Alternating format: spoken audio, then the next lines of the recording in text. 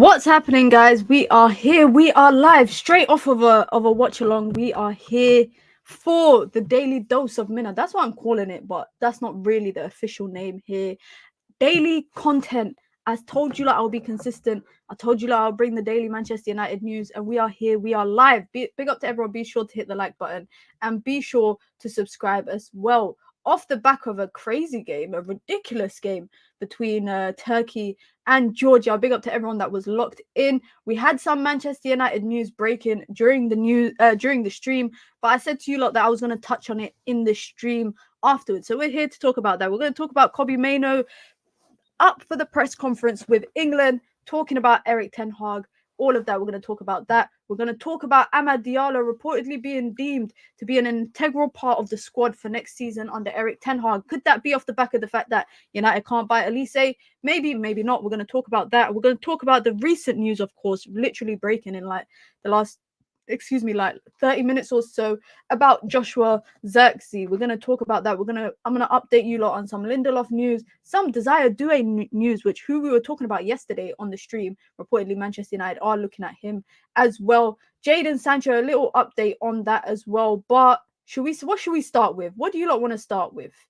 What should we start with? Because I don't know where to start. There's no news on Erik Ten Hag's future at Manchester United.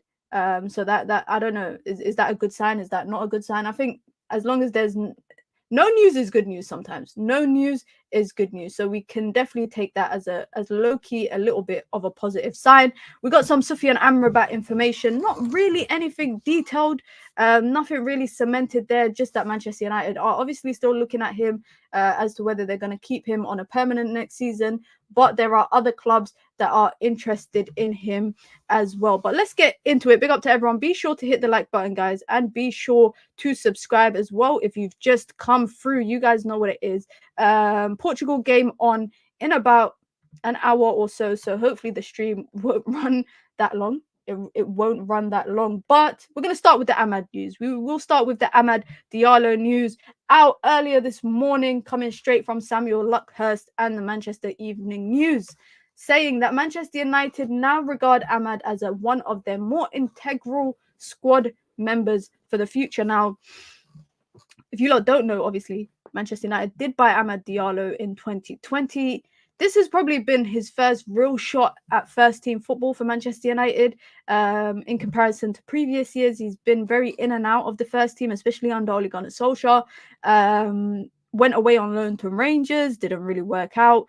Went away on loan to Sunderland, had a Player of the Year performance there for them in the Championship. Came back to Manchester United, was part of pre-season last year, got injured, and then came back in January. Didn't really play until about, March, April times. It took a long time for him to really get into the lineup under Erik Ten Hag. But Samuel Luckhurst is suggesting that Amad Diallo is now deemed as one of the more integral squad members.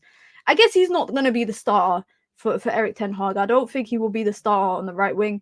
I think I do feel like this is more due to the fact that, Elise is looking unlikely.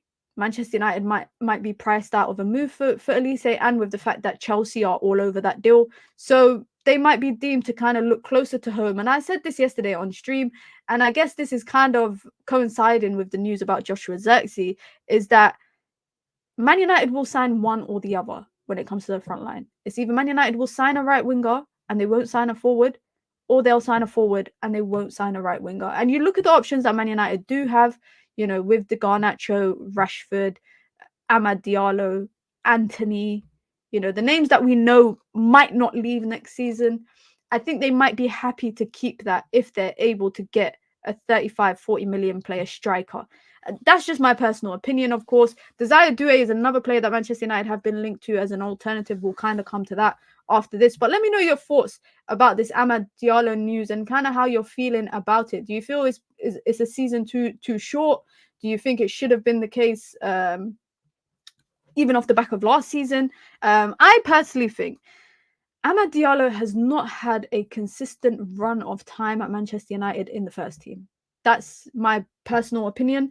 He hasn't really had consistency to be part of, something that's actually being built here. He hasn't really had the chance to consistently show his value until the latter stages of the season, which we saw him getting a lot more playing time. Now, I think at that point, Erik ten Hag's hand was forced. And I'm not saying that someone senior forced him. I'm saying because of the injuries, etc., the bad performances from players like Antony, etc., he was forced to play Amad Diallo and kind of give him a chance. But Amad Diallo is entering his last year in his contract with Manchester United. He came to United with a 5-year contract with an option to extend. So technically, he's got 1 year plus an option. Man United might see this season as a season of buffing up his price tag a little bit, triggering his extension, and then selling him next summer. I always was under the impression that if there is no starting situation or a consistent role within the team for Amad Diallo, he should look for a move to go elsewhere. That's not me saying he's not good enough to start. I think he's good enough to start, which is why I'm kind of suggesting this instance that he should look to leave. I just think that he's wasted a number of years already of his young prime, and as he approaches the latter stages of his prime, or the more experienced part of his prime, that he should look to kind of play consistent football regularly. Simple as that. But I guess it is kind of positive news that he is being deemed to be an integral part of the squad for the future.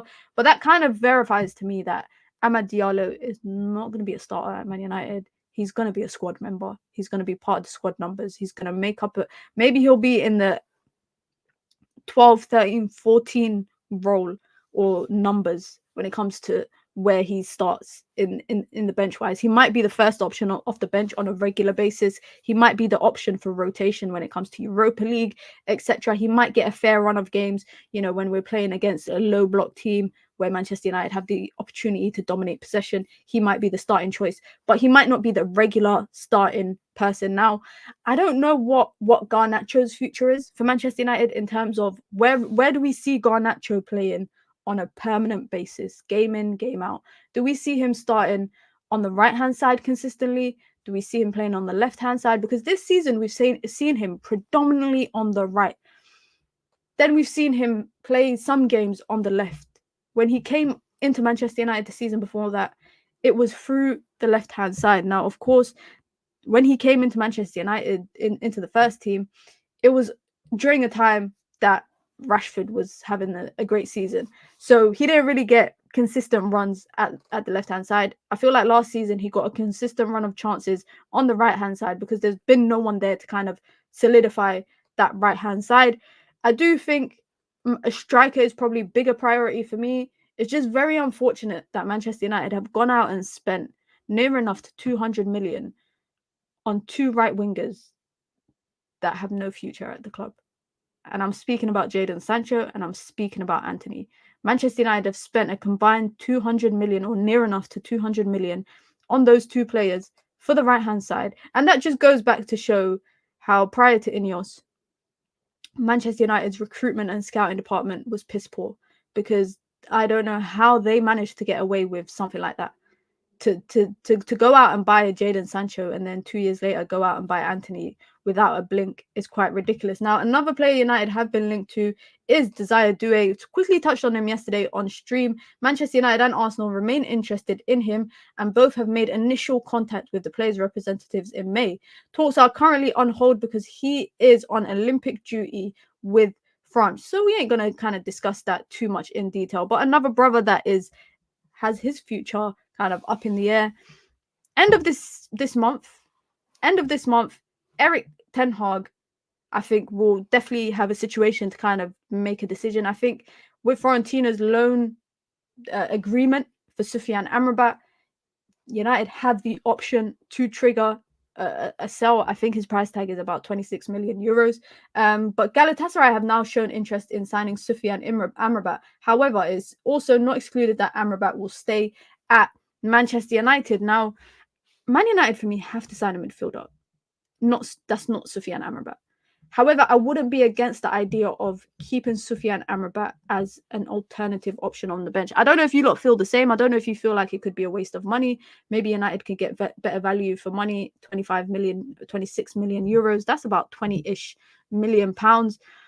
other players within that role that United have been linked to outside of the unrealistic target. And then when I say unrealistic, guys, I'm talking about like people like João Neves that has a 120 million release clause. The only other player that United have really been linked to is Zubimendi and Yusuf Fofana, one of whom has a bigger price tag than the other. Yusuf Fofana's price tag is around the 25 million mark. Him and Sofyan Amrabat might not be bad business. I personally don't think it might not be bad business for what's that? That's about 50 million for 2 centre mids. Now, the reason why I'm leaning a bit to the idea of keeping Sofyan Amrabat is that you don't have to worry about bringing a player in. You don't have to worry about bringing a player in and waiting for him to adapt. He's already had a year with Manchester United. He's already had a year with the coaching staff. He's had a year with some of these players. He's also had a year in the Premier League, albeit inconsistent performances or inconsistent opportunities in the starting lineup. He kind of doesn't, we don't have to give him that grace period at the beginning of the season of kind of coming to grips with the league and the physicality and the tempo, etc. However, I don't know if he feels like Sofyan Amrabat, I don't know if he feels like he could be a starter elsewhere.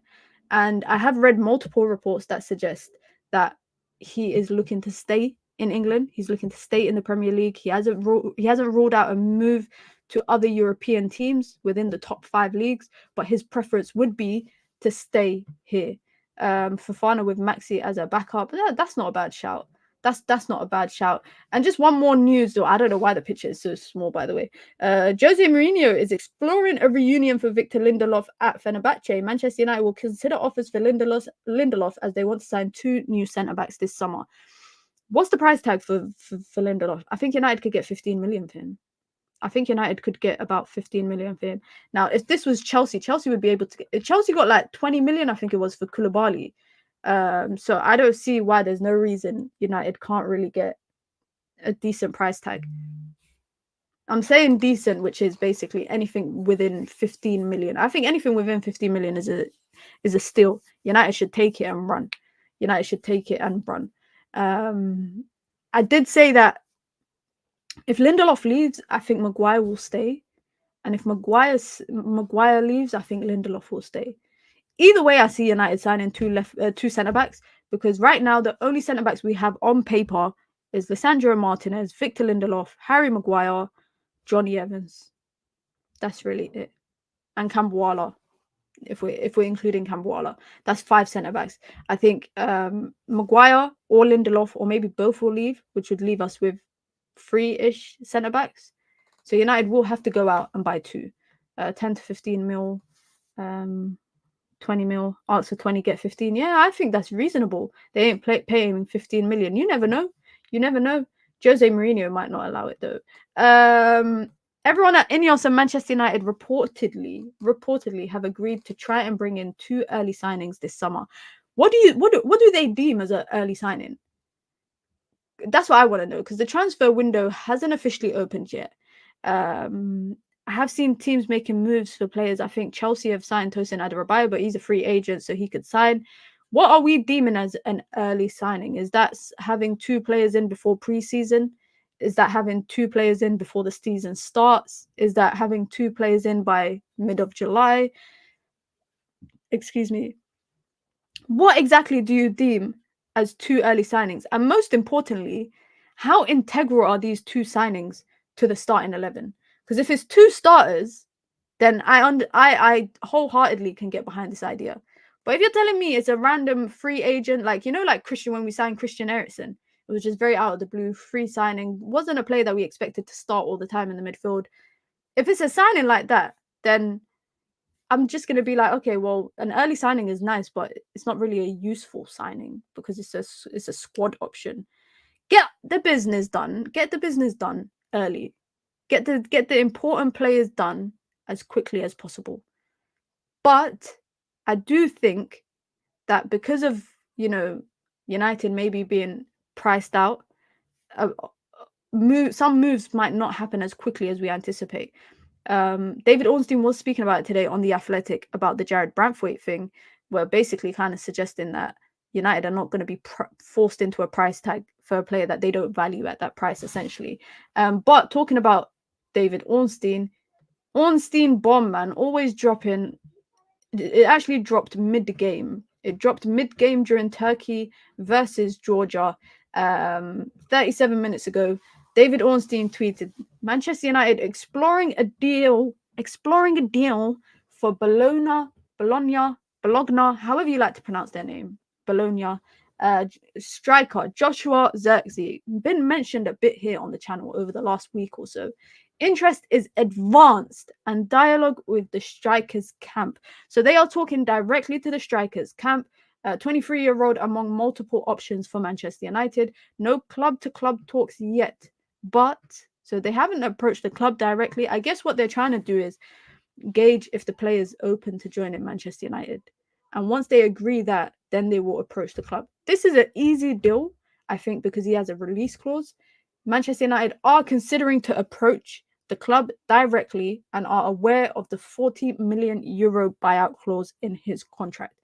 So it kind of makes sense why they are approaching him directly. Now, I can't lie, that is a good deal.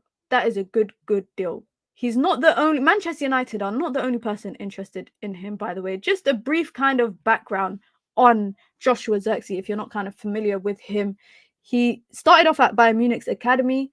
He joined, Bayern Munich's academy from Feyenoord's academy as a 16-year-old. Then he went on loan to Parma and Anderlecht before joining Bologna for 8.5 million 2 years ago. He's got a 34 million pounds release clause in his contract, which makes the situation very straightforward. But discussions still kind of have to be done with the club, whilst his salary and agent commissions is also a factor. He was a late call-up for the Euros to the Dutch national team because of injuries. So he's currently with the national team of the Netherlands at the Euros, and he's thrived under Thiago Motta at Bologna, scoring 11 league goals and 5 assists as they achieved Champions League qualification for the first ever time. He didn't play in the Euros game, their opening fixture against Poland. And it will be very interesting to see how he can kind of get in to Manchester United. Now, with a partner like Zirkzee, this is, by the way, straight coming from David Ornstein. This is analysis from The Athletic. It will allow players like Højlund to free up the burden of facing both centre-backs. So I don't know if Manchester United are leaning towards this idea of 2 forwards. I don't know. By signing Joshua Zirkzee, I don't know if Manchester United are looking to move with 2 forwards. Him and Højlund, I think their profiles are very different. Very, very different. And I know David Ornstein has kind of come through and reported this.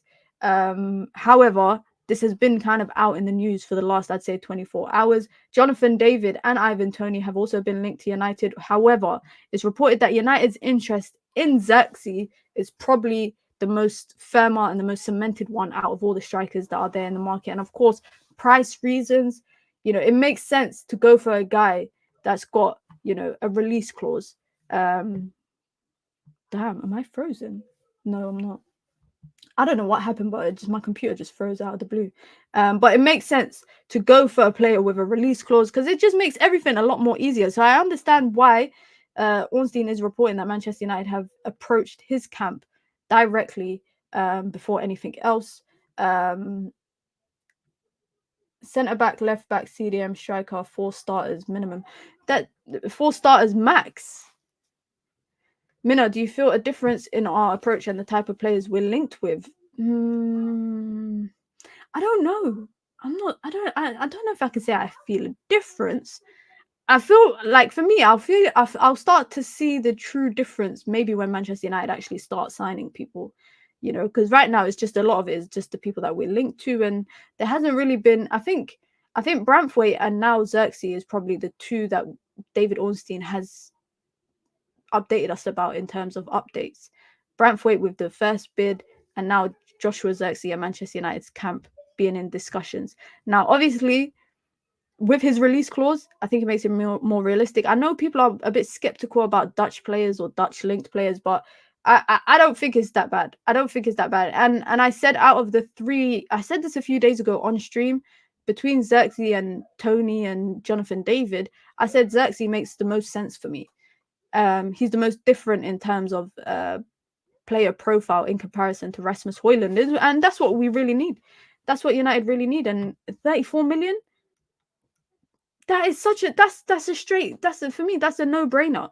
For me, that is easily, without a doubt, he's a no-brainer. But of course, I think other things will be difficult because of, maybe like agents, commission, all of that. Those kind of situations will be kind of more difficult. It's believed that he's also looking, he's open to a move to a Premier League as the talks with AC Milan stalls. Now, this is one guy who I was under the impression that he would end up at AC Milan a couple of weeks ago because they were ready to trigger his release clause. What's his position? He's a striker. He's in the front line. He's a front man. But he can play as a second striker. He can play. He predominantly plays through the middle. He plays through the middle. I was under the impression that he would end up at AC Milan because it was reported that AC Milan were in advanced talks for him.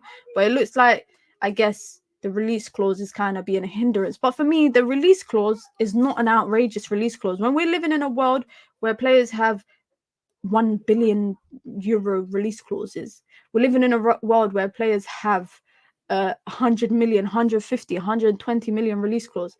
40 million is not that outrageous for a team like Bologna, I think. And of course, they brought him for 8 million. So they're going to make a profit either way, 32 million profit easily for them from a transfer perspective. And they've had him for 2 years. They qualified for Champions League. They know that they're going to lose out on him now. If he's willing to leave a Champions League team to go to a Europa League team, then clearly he believes in the project, and Manchester United are doing enough to kind of attract him to join the club. But I think it makes sense as to why Man United, David Ornstein is reporting that they're in talks with his camp first before approaching the club. Because there's no point approaching the club saying that you're ready to trigger his release clause when he has no interest in joining you. You haven't agreed personal terms. It seems like the common factor is with Manchester United this window. And maybe this goes back to John's question earlier, if there's something different about Manchester United in this transfer window. It seems to be that they are agreeing personal terms with players before they approach the club. They agreed personal terms with Braithwaite before they approached Everton with the first bid. And now it looks like they're speaking directly to Zirkzee's camp before they go and approach the club to trigger his release clause. Now, in comparison to Braithwaite, this process would be a lot more easier. You agree personal terms, you agree agent fees, all of that kind of stuff. And then you notify the club that you're ready to trigger the release clause. Bish, bash, bosh, sign on the dotted line, and you keep it moving. Simple as that. Obviously, with Braithwaite, situation is a bit more different, where there has to be transfer fee negotiations. Everton are really trying to hold out, which David Ornstein did update us about today, which I will share the update with you guys. However, I don't know. I feel a bit optimistic with this. I do feel a bit optimistic with this in terms of what can happen now. Where is? I accidentally clicked off it. Okay, here it is. Just the update on Jared Braithwaite as well, for if you lot are interested. David Ornstein's one to watch, i.e. moves, transfers, is Jared Braithwaite. Especially because June 30th is approaching, and clubs that have issues around the profitability and sustainability regulations kind of have to get the ball rolling before June 30th. So this week is reportedly, the coming week is very important for the Braithwaite deal, not just Manchester United, but other clubs that are interested in him. Obviously, Everton have this issue of their finances, which is very evident. They got points deductions. They might get another one next season as well. However, there is within the camp at Goodison Park, I think, reassurances that they feel comfortable with this PSR rule. So maybe they are not going to be their hand will not be as forced as we kind of anticipate it to be. Now, just a reminder, Manchester United did put in a bid for 35 million for him with 8 million add-ons, and that was rejected immediately by Everton because that's apparently nowhere near the valuation that they have for him. They value him at 75 million. I don't know what they're on with that valuation, but maybe Manchester United might put in one more bid. I think Man United might put in one more bid where they bid like 45 million plus 6 million add-ons, which takes it to like 50-ish million. And then if that gets rejected, I think they'll move on. It's obvious that United have other options in the market. They, Mark Gahey is a name that we've heard. De Ligt is a name that we've heard. Todibo is a name that we've heard. If they sell Lindelof as well, they might be able to bring in a second centre back as well. For Adebayo was meant to be that rotation option, but he picked Chelsea instead. So I think United will be in a comfortable place centre back wise when it comes to any potential moves. But it looks like Joshua Zirkzee will be the move to watch over the next kind of couple of days.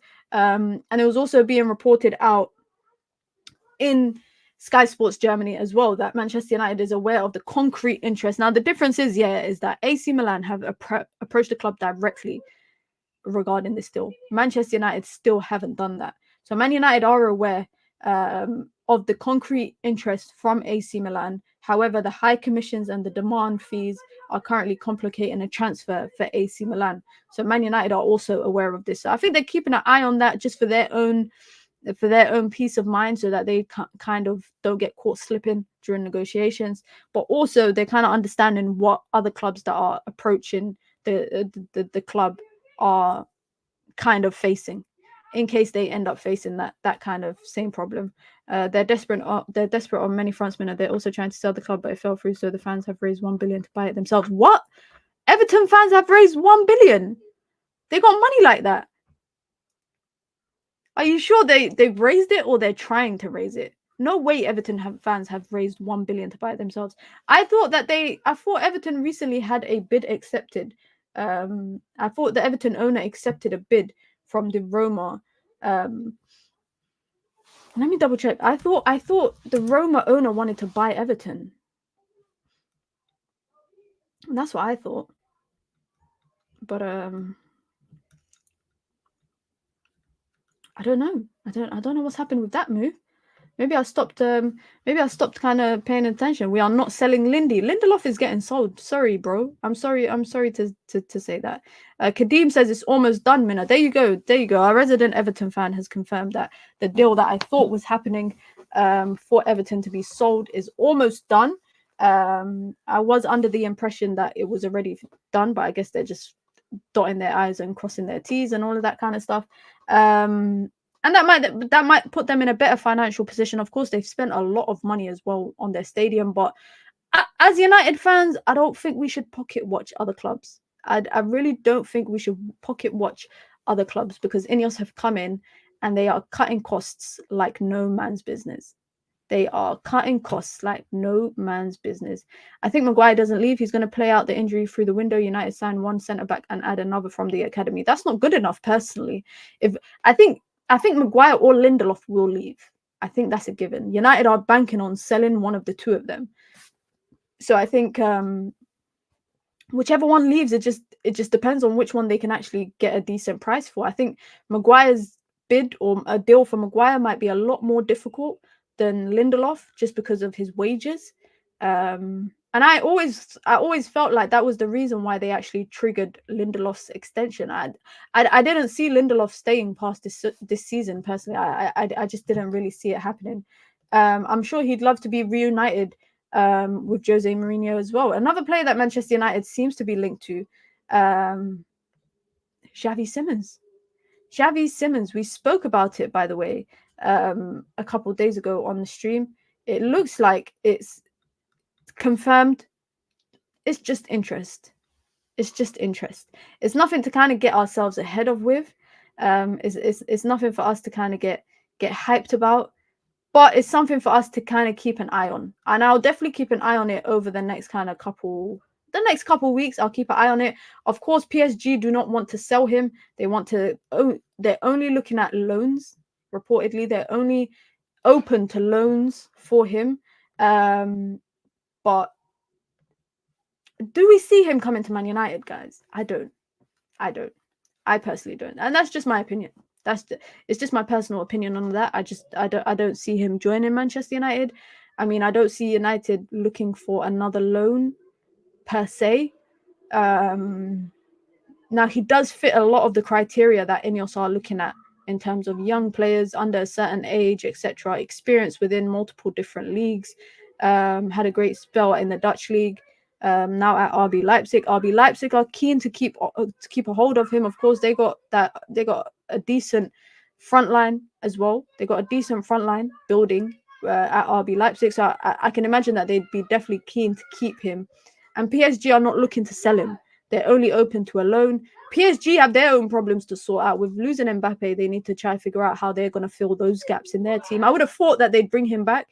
I wouldn't be surprised, by the way, if PSG make a move for like a Rafael Leao or something. I wouldn't be too surprised. But they're going to try find a way to kind of make some big changes with losing Mbappe. But Xavi Simons to Manchester United, we're going to keep an eye on that. We're definitely going to keep an eye on that over the next couple months. But I don't kind of see I don't see anything coming to fruition, if you want to say that. I don't see much coming to fruition. Big up to everyone locked in. Be sure to hit the like button and be sure to subscribe if you just come through. The likes and the views, it's not really adding up right now. If you want to join the Minions gang, you can. It's the pinned comment in the chat. You can join the membership club. You get your badges, you get your emojis, you get your custom member content, and of course you get to support the ever-growing growth of the channel. If you want to support the channel in other ways, you can. You can support the channel through sending in super chats with your thoughts, with your opinions, with your questions, if you appreciate the content, or you can do the simple stuff, which means just like the video. It's as simple as that. All you have to do is hit the like button. PSG world record bid for Rashford. I don't see that happening either. I think PSG might find themselves in a situation now where they might be like, you know what, we're not getting done dirty in the market for overpaying, because they've overpaid for so many players.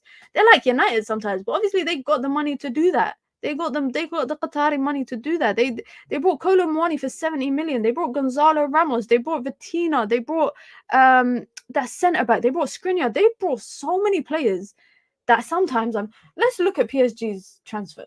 Let me look at PSG transfer market, because they've brought in ridiculous players. Xavi Simons is a very good player, but I don't see it for United. Same. I feel the same. I really like him as a player, but I don't want to get my hopes up, because realistically, I don't see it happening. I'm going to start saying fruition now. I have a bad habit of making up words, guys. But I'm glad that you lot probably know what I'm talking about. So let's just look at PSG's arrivals last summer. They brought Xavi Simons from PSV. Yeah, they brought him from PSV for 4 million. So now, obviously, they're probably holding out before they decide to sell him. They sent him on loan to RB Leipzig. But let's just look at their incomings. Let's look at their outgoings last season. And this is why I say they overspent. How much did they spend? They spent 450 million euros. 450 million euros. However, from a FFP perspective, it balanced out because they sold 200 million. Flipping hell. Obviously, they sold quite a few of them, man, to Arab countries. They sold Neymar to Al Hilal. They sold Verratti to Al Arabia. Is that Qatar? I think that's in Qatar. Yeah, Qatari Stars League. How can I take your league serious when it's called the Qatari Star Leagues? Anyway, let's quickly look at PSG. And this is what I'm saying, that they have to feel like they're not going to overpay anymore. They spent 95 million euros on Randall. It's Randall? Come on. Someone's first name is Randall. And you spent 95 million on him. Randall, Kolo Muani, 95 million. Gonzalo Ramos, 65 million. Ugarte, 60 million. Dembele, 50 million. Barcola, 45 million. Lucas Hernandez, 45 million. Kang In Lee, 22 million. Xavi Simons, 4 million. Asensio for free. Like, come on. This is so unrealistic. This is so unrealistic. That's why I think the idea of PSG buying Rashford is ridiculous. The year before that, they didn't spend that outrageously. I guess it's because they didn't need to, because they had Neymar, they had Messi, they had Mbappe, etc. They brought Vitinha for 41 million, Nuno Mendes for 38 million, Fabian Ruiz, 22 million. Renato Sanchez, big flop at PSG, can I say, 15 million. 12 million for Nordi Mukiele, who I really liked before he joined PSG, and then he's just been on their bench. And before that, their big signing was Hakimi. So I don't know what they're going to do this year with Mbappe leaving. how they're going to kind of replace a lot of people. But it's definitely one to keep an eye on. I just don't see them coming in making a big bid for Rashford. I would be very, very shocked. I will be so shocked. But just quickly on Euros, before we kind of wrap it up, just quickly on Euros, if you are planning to watch the Portugal game, this is the starting lineup. And this is why I say Portugal are not joking. Portugal are not messing around. Look at this Portugal team. Look at this Portugal team. Why the flip is Cancelo playing right wing? What the fuck? What the hell? I just realized it. Unless this is wrong. Nuno Mendes left back. Diogo Costa, sorry, in goal. Nuno Mendes left back. Ruben Diaz partnered with Pepe, 41-year-old Pepe at centre back. Diogo Dallo, best right back in the world. Let me not be shameful, but best right back in the world, Diogo Dallo, Bernardo Silva, Vitinha, and Bruno Fernandes. Cancelo right wing as they're playing wing back. Okay, cool. They play 5 in the back, so Cancelo will tuck in as a wing back. Okay, cool. Or maybe as a right-sided centre back. I don't know. Rafael Leao up top, Cristiano Ronaldo through the middle.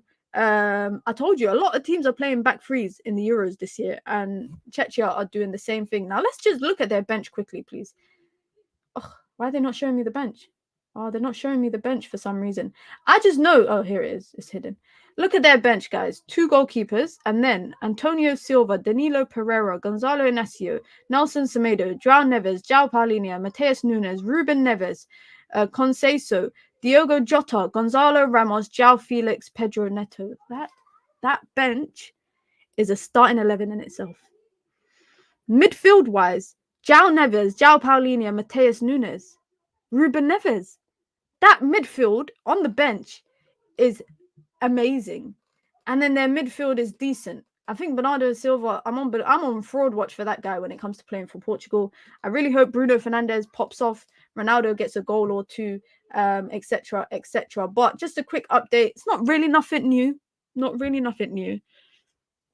Kind of have to keep you guys in the loop with everything. Borussia Dortmund remain in talks with Manchester United over a permanent deal for Jadon Sancho. Juve have also approached United about Sancho.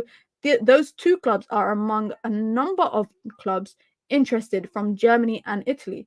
United are likely to only want to consider permanent offers for Jadon Sancho, and their valuation is around 40 million. You pay 40 million or you keep it moving. Simple as that. I would be intrigued to see him play in Italy. I do think I always thought Dortmund would be his final point, but of course Dortmund ain't going to pay it. And I'm glad that United are only listening to permanent transfers, because you're not sending him out on loan again. It's as simple as that. You shouldn't send him out on loan again. Of course, the salaries might be a thing. Why am I just realizing this guy got a tattoo of Bart Simpson? That's Bart Simpson and Lisa Simpson? Why do you have tattoos of cartoon characters? I just noticed it, by the way. I don't know if you lot can see it, but it's here. Let me try to see if I can zoom in. Let me see if I can zoom in for you guys. Hold on. Just because I'm quite intrigued by it. I'm just, guys, I get curious over it. Look at this. Here's his tattoo. That is a very random tattoo to have of Lisa Simpson, and I think it's Homer Simpson on the other side. Very random. Very random. But that's the future for him. The future will be a permanent move out of Old Trafford, and that is the right move. Personally, I personally think that will be the best move for him. All this for the sake of sitting down and apologizing to the manager, unreal and so unprofessional. It's a hill that he decided to die on. It's a hill that he decided to die on. And sometimes I think when you make a decision, you just have to stay firm to it. And I'm not saying, by the way, that I agree with what Jadon Sancho has done, but he has stayed true to what he thinks is the truth. He has stayed true to what he thinks is the truth. And I can't fault him for that as a person. I might not agree with what he's done. I might not agree with what he's done as a football fan. But if you feel like you've been done wrong as a person and you stay true to what you believe, I can't fault you that. I can't fault you that. Oh, wow, Nuruddin. Wallahi, Nuruddin is just the gift that keeps giving. Truly the gift that keeps on giving. Just gifted 50 memberships.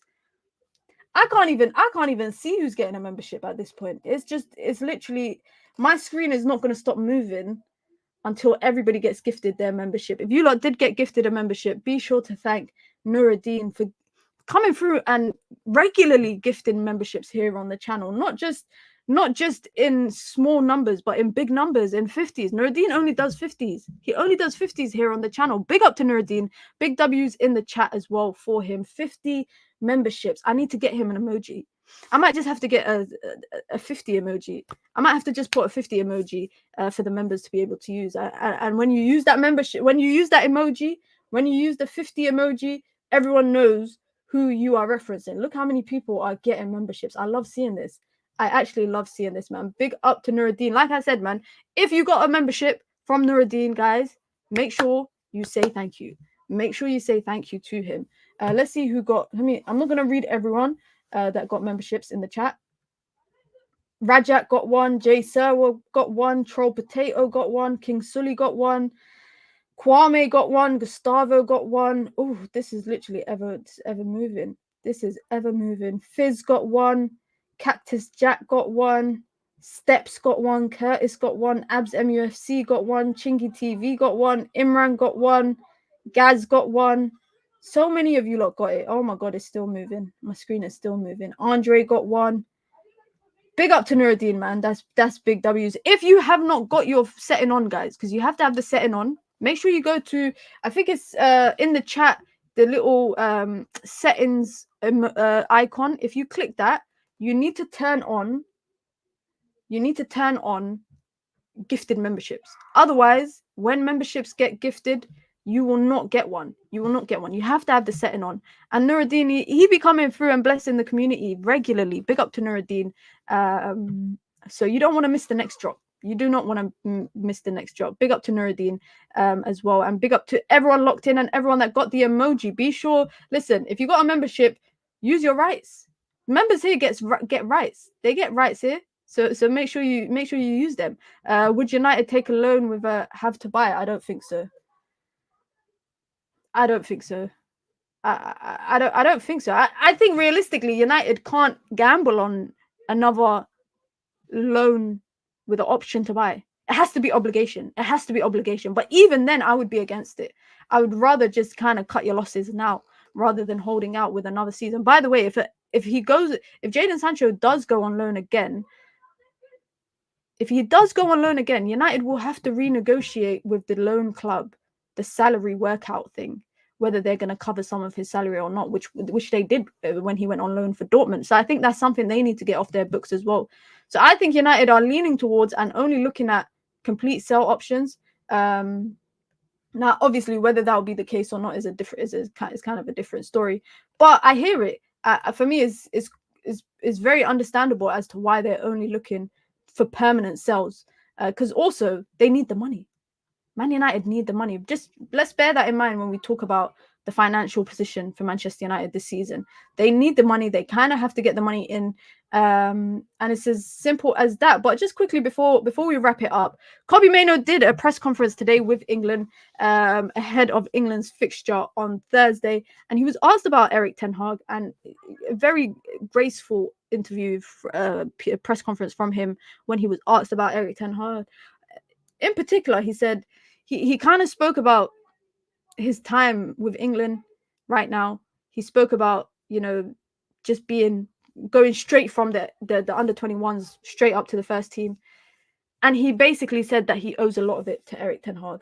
He said he's already got 2 trophies. Hopefully there are more to come. It's nice to have that peace of mind. We know what manager we are going back to in the new season. I am so grateful for him. I can't thank him enough. He was very gracious and very thankful in the press conference when he was talking about Erik ten Hag, just basically saying like, he took a chance on me and I thank him so much for that. Now, that's not him giving he's not saying Erik ten Hag made me, but he's saying Erik ten Hag gave me the chance. He took a chance on me, and I'm grateful for that. I would love to see Kobbie start.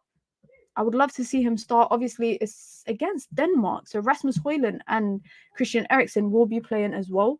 It'll be nice for him to start. You lot know my opinions about Trent starting in the midfield.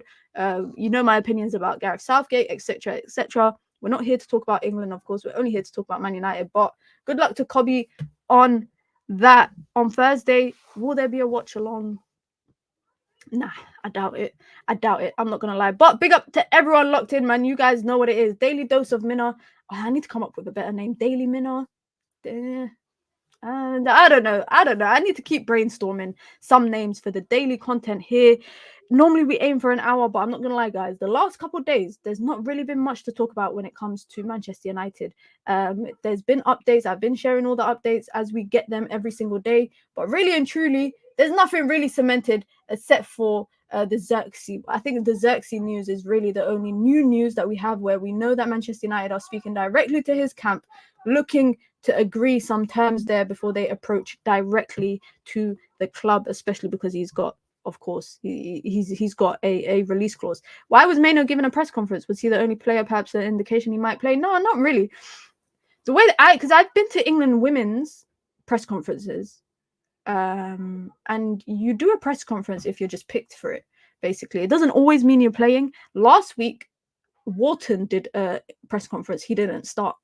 So it's not always necessarily people that start. I think they do try to give a different range of type of players that do the press conference alongside the manager. So I guess it was just his time. I don't know if you guys remember, though. This kind of is a big indication.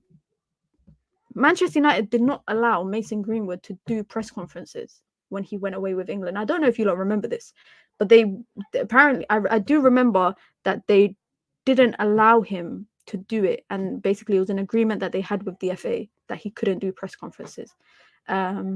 Clearly England are trusting Kobbie Mainoo and the way that he speaks and his PR training to be able to do it. Picked by UEFA or picked by Southgate. They're normally picked by the national team. It's not Southgate, it's the FA. So Southgate doesn't pick who does the press conferences. England and all national teams and all clubs as well obviously have a media team.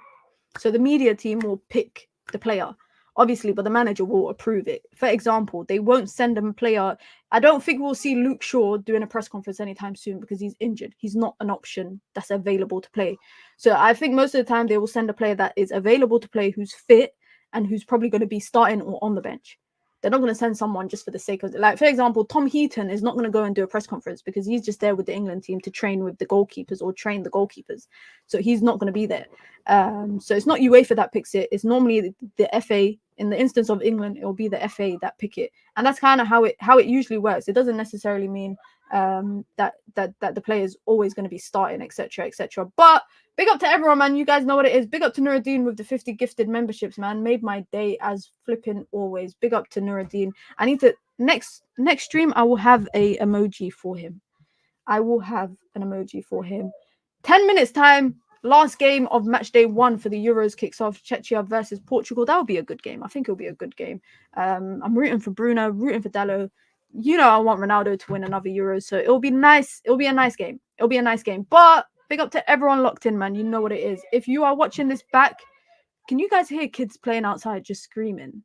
I know it's summer, but come on, guys. Like, come on. They're just screaming outside. But if you're not watching this back on replay, be sure to hit the like button. Be sure to subscribe. Let me know in the comment section if you're excited about the idea of Zirkzee joining Manchester United and potentially being the first signing of this new Ineos era. If you are watching this live and you haven't hit the like button, hit the like button on your way out. You guys know what it is, man. Big up to everyone locked in. We are on the road to 4.5k subs, and then after that, it's the road to 5k. Hopefully, we can get there maybe before the end of the transfer window. We will see. Big up to everyone, man. Like I said, hit the like button on your way out. As always, back-to-back streams today. I'm tired.